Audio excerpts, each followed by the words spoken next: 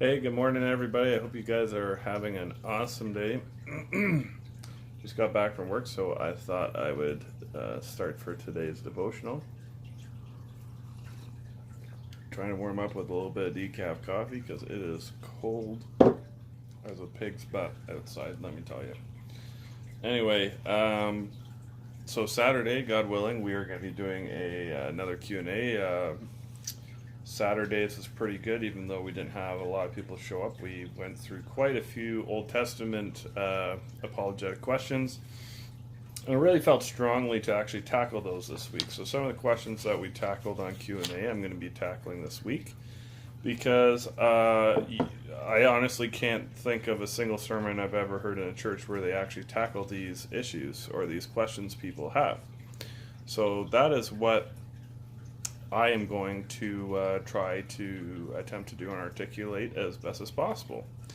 So today, I'm going to be talking about whether or not the Bible promotes slavery. And every time I have this conversation with atheists, that's a big one that they'll always bring up. It's like, oh, the Bible condones slavery and promotes slavery. And actually, contextually, the Bible actually does the complete opposite. It actually denounces slavery as sin, and actually the New Testament, if you read in 1 Timothy chapter 1 verses 8 to 11, it actually puts slave traders in the exact same categories: murderers, adulterers, perverts, and liars. And that's in 1 Timothy 1:10. I'm going to read that to you right now. So it says, "We know that the law is good if one uses it properly. We also know that the law is made not for the righteous, but for the lawbreakers and the rebels, the ungodly, the sinful, the unholy, the irreligious, for those who kill their fathers and mothers, for murderers, for adulterers and perverts, for slave traders and liars and perjurers, and for whatever else is contrary to the sound doctrine that confirms to the glorious gospel of the blessed God, which he entrusted to me." And so that's 1 Timothy 1, 8 to 11. But people say, well, there's, this slavery in the Bible and things like that. And so people, again, I say this all the time when it comes to apologetic questions. When it comes to this kind of stuff, you need to look at cultural context and biblical context of these things. And so you need to, let me just focus back in there. You need to understand that in the Bible, when there was these slaves, it's not slaves as we know in our culture, where there was African American and all these other types of slaves. That is not what slaves were in biblical times. What slaves tend to have been is, say you had this debt you owed somebody. Say you owed someone $50,000. Well, what you would do as a slave, say you were a skilled carpenter, but you owed this person $50,000. Well, what you would do is you would go to that individual saying, hey, I'll build, your new barns, your new wheat storage area and all this stuff for you, and be your craftsman for those projects if you'll write off my debt if I do that.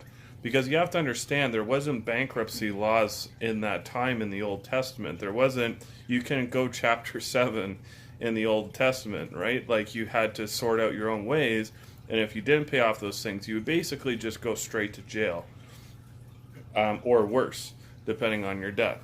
And so a lot of these people would say, and people that didn't have skills, a lot of the time what they would do is they would be like hand servant and maid servants in someone's household for a number of years. I think usually the term, most people, I think every 7 years, that'd be it. Your debt would be clean. You'd have to quote me on that. I'm not quite sure on the number.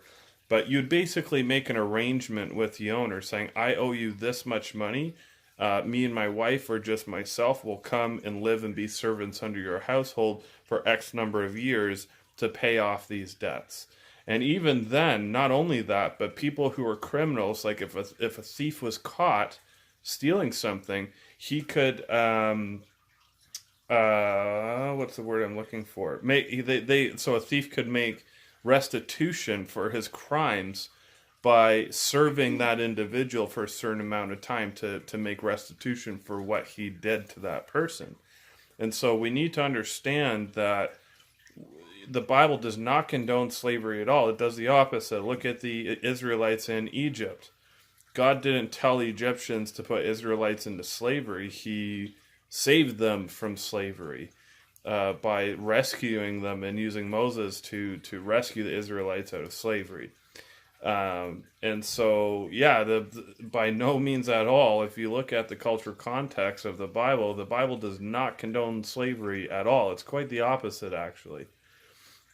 So I hope that kind of answers that question for you. And I'm going to be doing other questions this week, I'm going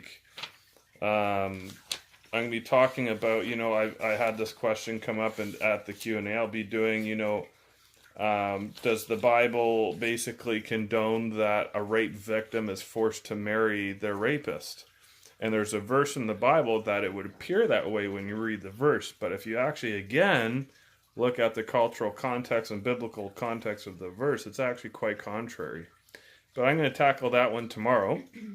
And then Wednesday, I'm going to be tackling,